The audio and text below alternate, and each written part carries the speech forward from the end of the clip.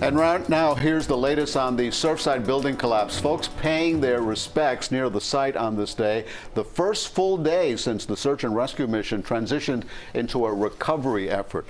And as we enter the third week since this horrible tragedy, the death toll continues to rise. There are now 64 people confirmed dead and 76 people potentially unaccounted for.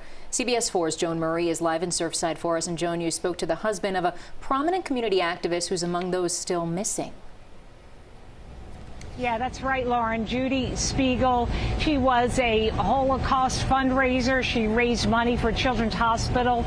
She lived all over the country, and she was always dedicated to helping people. Tonight, her family's still looking for answers.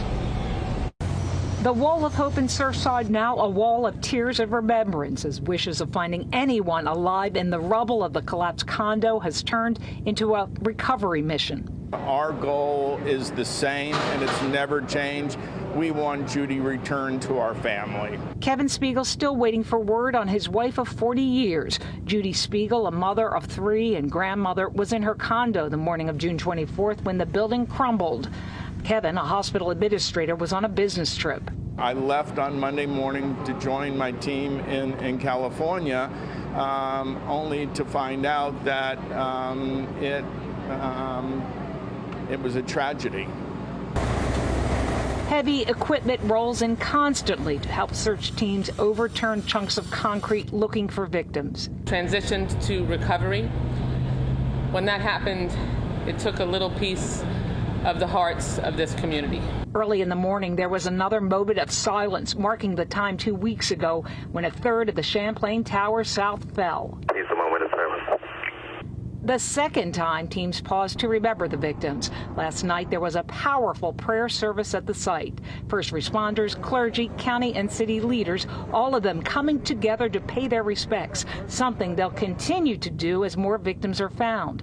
We have a tent designated on site, and when a Jewish body is discovered, a prayer is performed and specific protocols are followed to honor both the faith traditions and the integrity of the investigation. Search teams returned to lay flowers at the memorial Thursday. So did former Miami Heat star Dwayne Wade. Kevin Spiegel grateful the team soldier on through the stifling heat. Judy is in his heart every moment of every day. We love her, and we want her back with us.